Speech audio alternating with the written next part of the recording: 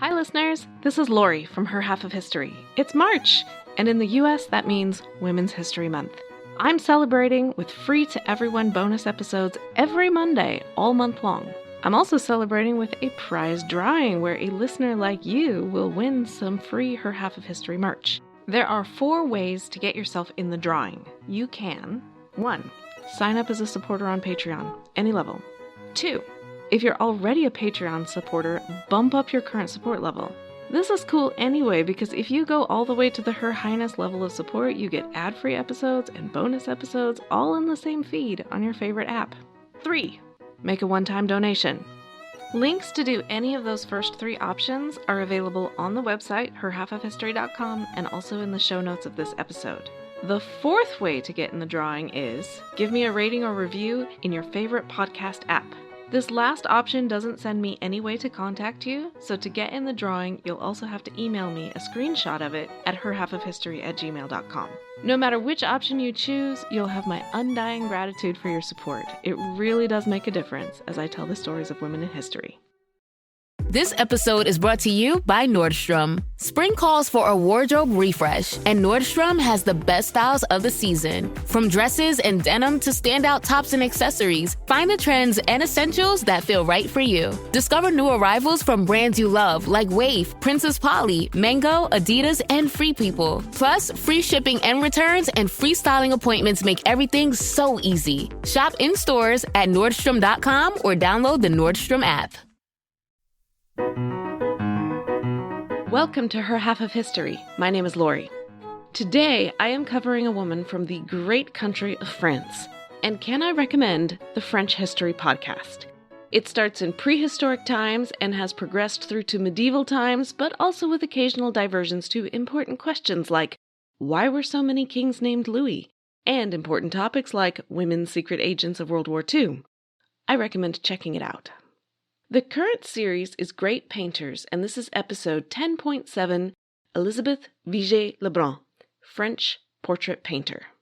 The major primary source for today's heroine is her own multi-volume book called Souvenirs, or Memories, written when she was about 80. The modern biographies go on and on and on about what an unreliable narrator she was, often without really considering the circumstances of that book. You try writing the story of your life at age 80, and I bet you'll misremember a few dates too. Also, they persist in calling it an autobiography, the implication being that it somehow should be a tell-all, deepest confessions, darkest secrets kind of book. It's not. It's much more like a scrapbook. It highlights the things that went well, with only occasional brief mentions of sorrows. It is truly a collection of memories, with heavy emphasis on how great things were in the good old days before the country went to the dogs. Again, not an uncommon perspective from older people, and not necessarily a good reflection of what she would have said if she'd written it decades earlier. The result is that the words shallow and narcissistic get thrown around a lot with regard to Elisabeth. I have more sympathy, possibly because I live in the social media age. Shallow narcissism is what it's all about. It doesn't mean a person doesn't have depth and interest in others, only that the format doesn't highlight that. Anyway, my goal here is to show an Elisabeth who at least had the possibility of complexity, and you can let me know in the comments how well I do. Elisabeth was born on April 16, 1755. Her father was a minor portrait artist and her mother was a hairdresser. She was definitely not a member of the 1%. Despite not being rich, Elisabeth was sent to a wet nurse for the first 5 years of her life, and then to a convent for the next 5. This was completely standard good parenting at the time. At the convent, a young Elisabeth sketched on every available surface, including the walls, and got in trouble for it. Formal art training was not really in the cards for any girl, but she had family connections to the community of artists, and a father who taught her on visits home. Unfortunately, her father died when she was about 12. Her mother remarried to a jeweler with a shop in an elegant part of town. Elisabeth never quite reconciled herself to this second marriage, but the truth is, it helped her tremendously. She was now living near the 1%. They noticed her and her talent. Even as a teenager, Elisabeth was taking commissions as a portrait artist, and they are charming. You can see her genius even in one of the earliest. She painted her younger brother Etienne with his school books, looking back over his shoulder as if saying goodbye while heading off for the day. He looks fresh and pleasant, like a teenager you'd actually want to know. This painting, by the way, is in the St. Louis Art Museum, which is totally accessible for some of my local listeners. That spontaneity and unguardedness was a feature of Elisabeth's style, and it was a huge hit with society ladies and salon hosts, all of whom recommended her to other society ladies and salon hosts, all the way up the social food chain to the very top society lady France had to offer, Marie Antoinette, the Queen. It is hard to get any more 1% than that. By 1778, Elisabeth was the Queen's official artist, and over the next 6 years she would paint the Queen no fewer than 30 times. In 1783, Elisabeth was admitted to the exclusive Royal Academy of Painting and Sculpture, and she was earning a very good income, charging far more for her work than her father could ever have dreamed of. She was also married, with a child, the traditional markers of female success. So that is the glittering world of beauty and grace that Elisabeth would have loved you to believe is all that is going on. But as in France itself, there was a lot of unrest going on just below the facade. For France, the underlying reality was that the absolute monarchy just didn't fit with the Enlightenment ideals made popular by Voltaire and Rousseau. Also, France was broke. I don't just mean a little strained at the moment, I mean absolutely scraping the dark corners of the car for any loose change, flat out broke. They'd gotten here by having a terribly unequal tax structure and massive debt, a fair portion of which they had incurred by meddling in foreign affairs. And by foreign affairs, I mean a little upstart of a rebellion of British colonists in North America. Yes, thank you, France. Ingratiating yourself with the royal court was a time-tested, tried-and-true career path for artists, but unfortunately it was a little out of date by Elizabeth's time. Now it only meant that she had firmly allied herself with a deeply unpopular queen. Marie Antoinette was extravagant, but the slander against her made her 10 times more so. She was also accused of adultery, lesbianism, fraud, and incest with her own son. Some of these accusations were demonstrably untrue, others there was no evidence either for or against. But it didn't really matter. The monarchy itself was unpopular. She was just the public face of it. Marie Antoinette seriously needed a PR makeover, and in part that was what Elisabeth was for. In a world without photography or video, portraits were a major way for monarchs to convey whatever image they wanted to have. Elizabeth's portraits of Marie Antoinette are mostly not the stuffy, formal, look how imposing I am kind of royal portrait that had been done for centuries. Instead, she painted the queen as a mother, surrounded by her children, or as a simply dressed woman with a rose. Possibly too simple. One of the portraits had the queen in a white muslin dress. It was meant to be natural, inspired by the flowing draperies of the classical world. The queen liked it, but detractors guffawed. The queen had been painted in her underwear. Elisabeth hastily took that portrait down. As a PR campaign, it was meant well. Let's humanize the queen and show she isn't bankrupting the country. But it didn't work. What it did do was let the queen's associates, Elisabeth among them, in for their own share of nastiness, and being a successful career woman probably didn't help. Elisabeth was accused of being a social climber. Probably true. Also of granting sexual favors in order to do that climbing. Probably not true, though it's hard to prove a negative. And also that she didn't actually paint those pictures. There was definitely a man somewhere doing it for her. Definitely not true. But Elisabeth was, above all, practical.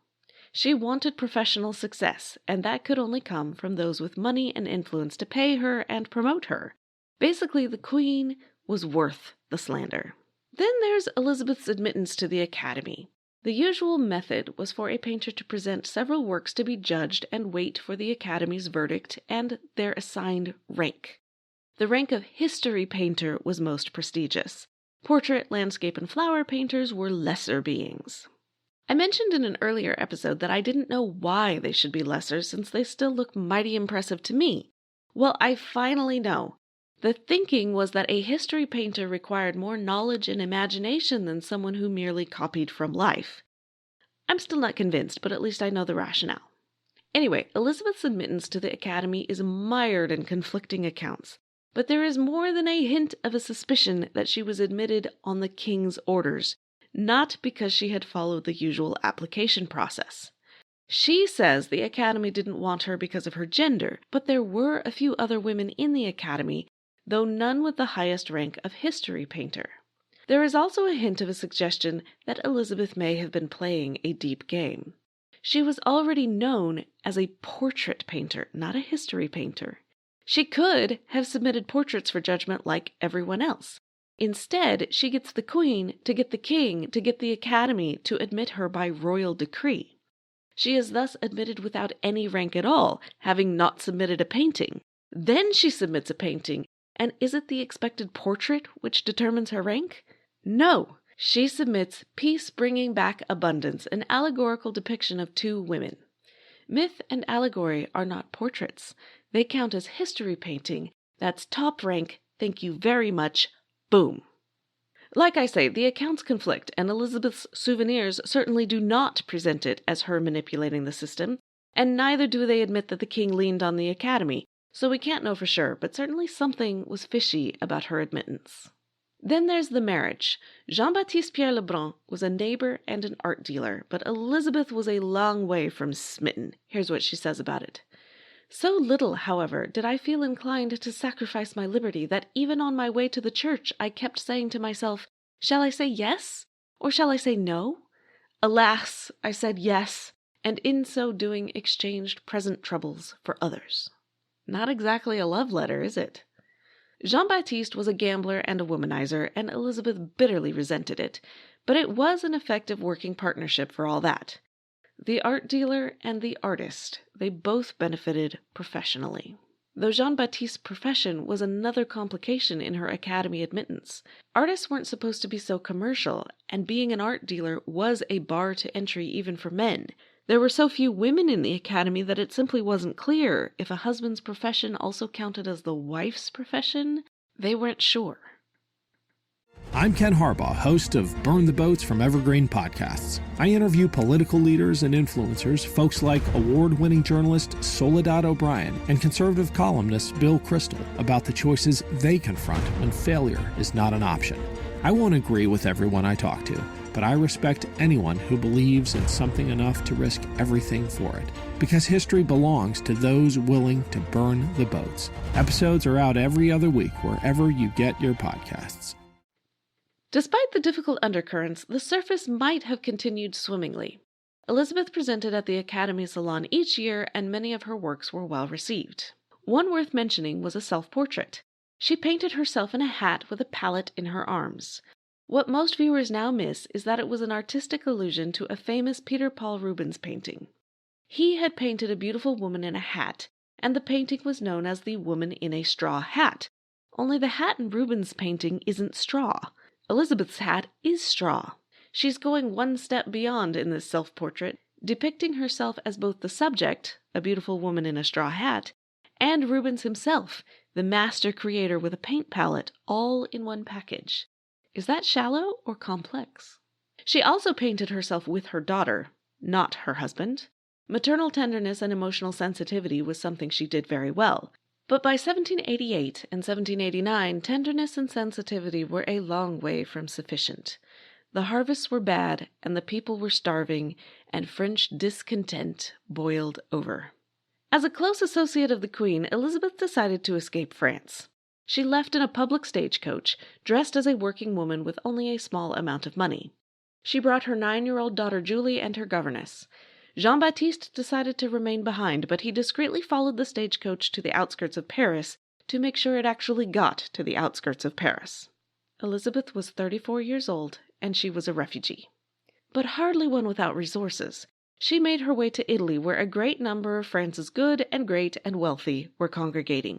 These people knew her, and they still liked having their portraits painted. Indeed, Elizabeth's exile reads more like a grand tour of Europe than a forced migration. Venice, Florence, Rome, Naples, and everywhere she went she visited a lot of art collections and dropped a lot of names that sound like they were the Kardashians of their time. Few of them meant anything to me. In several of these places she was admitted to the local academies, and in Florence she was invited to contribute a self-portrait to the Uffizi Gallery, which is still there. She used the opportunity to make her political loyalties clear. She painted herself painting, and the canvas in front of her has the chalk outline of Marie Antoinette. Having crisscrossed Italy, Elizabeth moved on to Austria and the court in Vienna, where she was just as successful. But again, she could not completely dodge reality. It was in Vienna that she heard Marie Antoinette had been sent to the guillotine. Going home was neither safe nor legal. She was on the list of émigrés, meaning people who had fled because of the revolution, enemies of the new republic, one and all. Back at home, Jean-Baptiste was briefly imprisoned. He also divorced Elizabeth on grounds of desertion. Judging by later events, it wasn't acrimonious. Or rather, Elizabeth was plenty acrimonious, but not about the divorce. That made perfect sense. If they were divorced and he took all the local property, then it wasn't owned by an émigré, was it? It couldn't be seized by the state. The exes remained in touch, and Jean-Baptiste did risk his life in a couple of attempts to exonerate her. He claimed she didn't flee France. She would never do that. She loved France. She had gone to Italy purely to further her artistic education. The Assembly didn't believe him. In 1795, Elizabeth decided she was done with Austria and moved to Russia to the court of Catherine the Great. When summoned to meet the Empress, Elizabeth was horrified to have no proper court dress ready to wear. But Catherine was gracious and didn't comment on it. What Elizabeth probably didn't know was that Catherine had good reason to be kind about it. The same thing had happened to her when she first came to the Russian court. However, Elizabeth's stay in Russia was not the unqualified success Elizabeth was hoping for. She painted Catherine's granddaughters in the simple, unadorned dresses she had been championing since the early days of her career. Catherine was scandalized. Short sleeves? Really?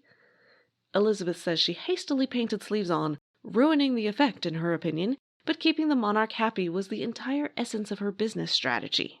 Modern x-rays of that painting don't show any significant repainting, so possibly she actually redid the whole thing and trashed the original? She never got a chance to paint the Empress herself because Catherine died in 1796. Elizabeth also had more personal issues. Her daughter Julie had been with her every step of this wandering migration. Elizabeth had always hired tutors to give her a good, solid education, of a kind much better than she herself had received while stuffed in a convent. Now Julie was an adult and in love. Elizabeth looked over the man in question and said, "Nope, I don't think so." But Julie did not take it well. She got so depressed she fell ill, at which point Elizabeth said, "Okay, fine." She provided a significant dowry and trousseau because Jean-Baptiste certainly wasn't in a position to provide anything. In the end, Elizabeth was proved right. The man was a loser, and the marriage broke down pretty quickly. But Elizabeth's relationship with Julie never recovered, and according to more than one commenter, this is because Elizabeth was a bad mother. Shallow and narcissistic, remember? Plus jealous, demanding, and possessive, even though she valued her career over her daughter. And now I'm going to go on a little rant, so skip forward if you're not in a ranting mood. Why is there an assumption that if a child has problems, then it must be because mom did motherhood wrong? Why isn't there any recognition that Julie was her own independent person, fully capable of ruining her life entirely on her own?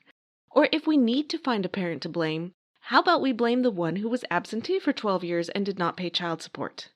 Elizabeth made her maternal mistakes, I am sure, but overall she was pretty dedicated. She was basically a single working mother who, most unusually for her time, actually earned enough to pay for quality childcare. That isn't doing motherhood wrong. As for having an opinion on Julie's choice of men, that isn't doing motherhood wrong either. In the modern world, you may have opinions about your child's partners. In fact, I'm sure you do. But you know you're supposed to keep your mouth shut. But Elizabeth was not in the modern world. Trying to protect your daughter from a bad match was entirely standard practice for most of history. That was being a good mother. What probably didn't change between then and now is that it's hard for a child to admit that her mother was right all along. To assume that Elizabeth was a bad mother and that's why Julie made bad decisions is really just another form of sexism. It devalues them both. And this one is not something we can blame on a patriarchy because most of these biographers are women. This is something we women do to each other. Enough with the mom guilt, okay? All right, rant over. Back to our regular programming. Elizabeth had been away from Paris for a long time, but she was not forgotten. In 1799, 255 artists signed a petition to allow her to come home, and in 1800 it was granted. Documents and travel delayed her, but on January 18, 1802, she was joyfully received by her extended family in Paris. She moved right back in with her ex-husband, just as though the divorce had never happened. He even decorated the house with flowers for her, which sounds sweet, except that he didn't actually have the cash to pay for them, so could she please pick up the tab? Thanks so much, darling. Glad to have you back. Elizabeth was very interested in how much Paris had changed, especially the Louvre Art Museum, which had been substantially enhanced by Napoleon's ransacking of Italy. War is very effective that way. Unfortunately, she was so absorbed that she failed to notice closing time and got herself locked in. She also took commissions, but her political loyalties were all too clear. She bitterly resented painting Napoleon's sister, who was unreliable in showing up for sittings and changed her hair and clothes each time until Elizabeth said quite loudly, "I have painted real princesses who never worried me and never made me wait." You have to wonder if it was entirely coincidental that she left town again soon afterwards. She had already jogged over to England for 2 months that turned into 2 years. Now she headed to Switzerland. The truth is, she didn't like staying put, and everywhere she went, her talent was in demand. Over her long life, she painted an enormous number of paintings, mostly portraits, but also some landscapes and the occasional mythological subject. She died March 30th, 1842. The judgment of subsequent generations has largely been to denigrate Elizabeth. Her work is too simple to be serious art. Her paintings of smiling motherhood are too complacent to be feminist. Her adoration of monarchy is too politically incorrect to be tolerated, and let's not forget the narcissism charge. Her portraits look so conventionally appealing to us now that it's difficult to remember that revering natural motherhood actually was a social statement at the time. Remember that Elizabeth herself was sent away from her family for her first 11 years, as was common in the 18th century. Childhood was just a messy, noisy phase of life to get through. It was the revolutionary Jean-Jacques Rousseau who had celebrated childhood and encouraged women to nurse their own children. Elizabeth admired him despite his anti-monarchist views. He also disliked self-made women like herself. Biographers have chosen to see Elizabeth's admiration of Rousseau as her self-contradiction, rather than as her capacity for complexity. Likewise, her emphasis on natural, comfortable clothes and poses seems obvious to us, but remember they scandalized the French public and Catherine the Great. She was pushing the edge in some ways. And finally, I think it's hard that the very accessibility of her paintings should be held as proof that she was shallow and not serious. There's nothing trivial about the ability to see beauty in the world and convey it to others. You can tell me in the comments or on social media if you also think Elizabeth deserves more credit than she gets. My major source for today is Angelica Gooden's biography, The Sweetness of Life. You really should check out the website herhalfofhistory.com to see Elizabeth's work yourself, plus the transcript and other sources and a link to Patreon. You can find me on Twitter at her_half or on Facebook and Instagram as Her Half of History. Reviews and stars and recommendations are welcome. If you need still more of my narcissistic voice, check out the History Detective podcast where I did a guest interview that went live this past week. Next week, I do something new for me. I've got a guest podcaster coming to tell you about another portrait painter, Amalia Küstner. Thanks.